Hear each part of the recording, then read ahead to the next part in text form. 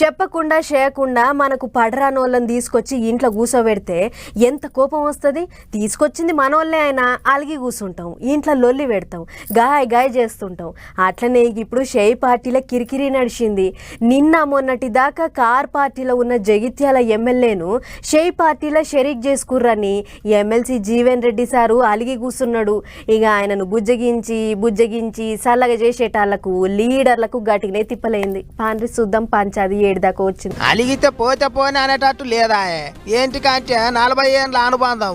అందుకే ఇక జగిత్యాల జీవన్ రెడ్డి సారు నారాజు అయిందంటే షేయ్ పార్టీల లీడర్లంతా లైన్ కట్టిపోయిండ్రు. ఉప ముఖ్యమంత్రి కానుంచి సురువు చేస్తే ఎమ్మెల్యేలు మంత్రులు అందరు పోయి అట్లా కాదే గిట్లా అని పెద్ద మనిషిని బుదగరిచ్చిండ్రు. ఢిల్లీ పెద్ద మనుషులతో ఫోన్లు చేపించి సంజా ఇచ్చిండ్రట.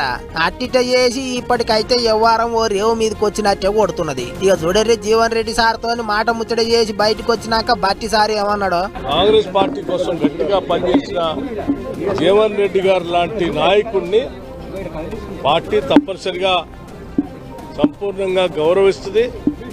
వారి ఆలోచనల్ని తప్పనిసరిగా పరిగణలో తీసుకుంటుంది. సంపూర్ణంగా వారి స్థాయికి తగ్గట్టుగా, వారి సీనియారిటీ తగ్గట్టుగా, వారి గౌరవానికి ఎక్కడ భంగం కలగకుండా ఉండే స్థాయిలోనే వారి నిర్ణయాలు ఉంటాయి. వారిని అట్లాగే గౌరవించాలి. చెప్పే కాడికి చెప్పినావా అన్నట్టు మాట్లాడిండు సారు. అధికారంలో లేని 10 ఏళ్ళు పార్టీలనే ఉండి ఇప్పుడు అధికారం వచ్చినాక రాజీనామా పెట్టుడు ఎందుకు అన్నట్టు చెప్పిర్రాట.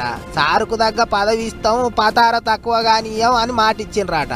ఇక జీవన్ రెడ్డి సార్ ఏమన్నాడో చూడర్రే. భరోసా నాకు నేనే, నా ప్రజలే నాకు భరోసా, కార్యకర్తలు నాకు భరోసా, నా కార్యకర్తలు నాకు భరోసా. ఆయన ఆయనకుంటది, నేను ఒక పార్టీ కార్యకర్త, నాకుండే గౌరవం నాకుంటది. మంత్రి పదవి ఏమన్నా ఆఫర్ చేసినట్టు లేదు, నాకు అటువంటి ఆలోచన లేదు.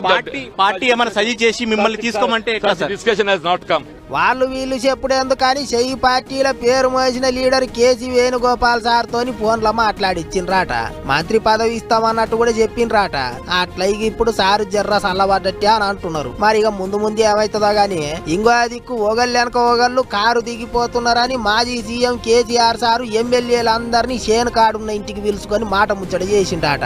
మాజీ మంత్రి హరీష్ రావు, కేసీఆర్ సారు ఇద్దరు ఊకొని ఎమ్మెల్యేలను ఎట్లాగా పట్టాలనో చర్చలు చేసిండ్రాట. మరి ఇక వాళ్ళు మాటింటారో ఈనరో ఆ దేవునికే తెలవాలి. అటు చూస్తేనేమో ఇంకా చాలా మంది షేయ్ పార్టీల చేరికయ్యే ఎగురం చేస్తున్నారని పూట అవుతున్నది. ఇక ఏమైతుందో ఏమో చూడాలి మరి.